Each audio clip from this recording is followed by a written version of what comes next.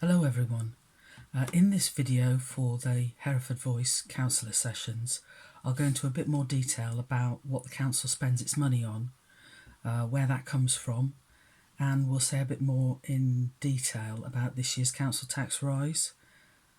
The council's structured into 3 directorates which deliver all the council services, and then there's a corporate centre which provides support services to the directorates.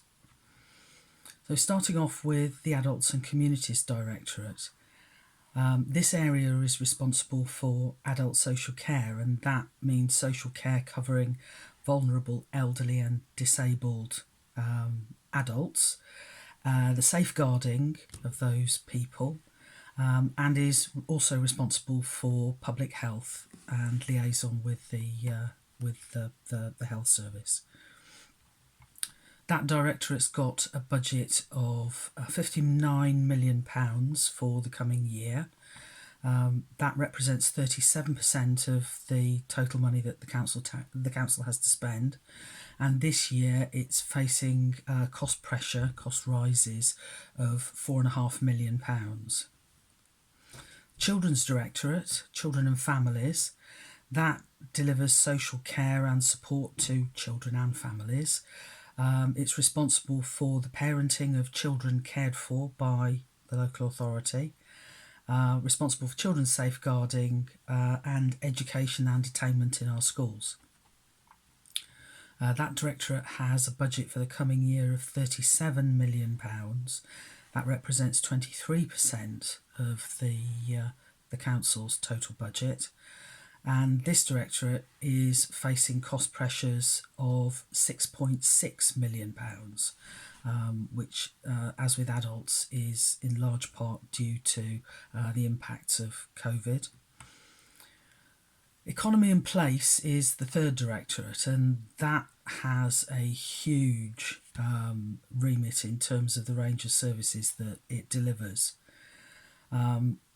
Bear with me, I'll read most of them. I hope I've got most of them. I'll read them out to you. So, brace. Planning and land use, environmental protection, economic regeneration and development, tourism, the rollout of broadband, waste management and collection, parks and leisure services, transport, infrastructure and roads, libraries, museums and archives, council-owned properties, public and school transport, street scene including street lighting, litter and street cleaning, car parks, public rights of way, footpaths and cycleways, drainage and flood management, housing and caring for the homeless, the registrars, coroner services, cemeteries, cremation and bereavement services, gypsy and traveller services, environmental health and trading standards, licensing, markets and fairs, community safety, animal health and welfare. I probably missed some, but that gives you a feel for the breadth of it. This directorate's budget for the coming year is £26 million. That represents 16% of the total council budget, and this directorate is facing additional cost pressures of around £1 million. And then you've got the corporate services area, which is supporting those 3 directorates, and that's got a lot of the administrative functions in it, but not just admin. So running through those, that's finance and council tax benefits, the council's own ICT services, information management, governance, legal and contracts teams, a new project management office, performance and risk management, health and safety, human resources, democratic services and elections, equality and human rights. It's responsible for customer services, and the web services of the council and the management of the council's website.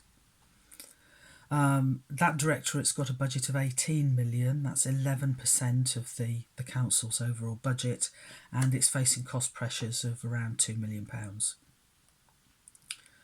And then you've got what we refer to as central, and that's really just about the council's borrowing and managing the interest and capital repayments on that borrowing and servicing that debt. So combined interest and capital repayments for the coming year are £21 million, and that represents 13% of the council's overall budget. And that's expecting cost pressures of around £1 million. So in total, all of those areas together amount to £161 million, and that's the amount of money that the council needs to generate from local taxation and from a few grants. And I'll go through the different income sources now.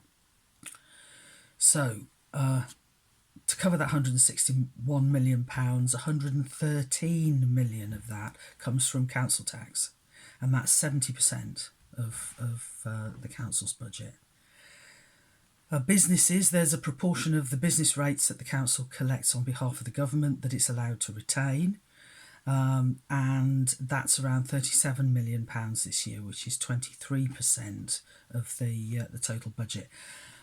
Those of you who were listening to the Chancellor's budget earlier this week will know that businesses have been given another business rates holiday, so we would be hoping and expecting to get that 37 million direct from central government rather than from businesses locally for the coming year. The revenue support grant, which is the route by which councils used to be funded by central government through general taxation, that used to be £60 million a year. That's now £600,000. So that's down to 1% of what it was. So 99% reduction in that. And that's over the last 10 years.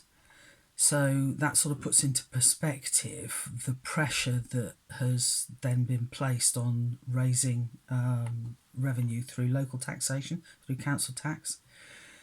And then we've got a couple of small grants, small but important grants. One's related to the rural sparsity of the county, because we are the most rural and most sparsely populated county in England. It makes it more expensive for us to deliver services into rural areas. Unlike places like the Yorkshire Dales, where you've got miles and miles of open countryside and then a village and a clustered population. We've got people living down every lovely wiggly lane and up every hill. So that's where all the refuse vehicles need to go, and that's where the home carers need to go, and that's where we need to maintain the ditches and look after the roads. And that makes it much more expensive than it would do if the population was in tight clusters. So we get, for the coming year, £5.3 million to deal with our rural sparsity, and that's a really, really important grant that we get from central government. But we never know from one year to the next whether we're going to get it and how much it's going to be. The other one is a social care support grant, and that's £5.5 million for the coming year, and again that helps to support delivering social care. So those two grants together represent 7% of the total income that we get. It's an important 7%, but that is ring-fenced very much for specific services, and that together makes the £161 million that the council has to spend. Right, well, I'll break there so that I don't go on too long on this video. And in part 2, I'll cover the council tax rise itself, which is going to be discussed in full council later today.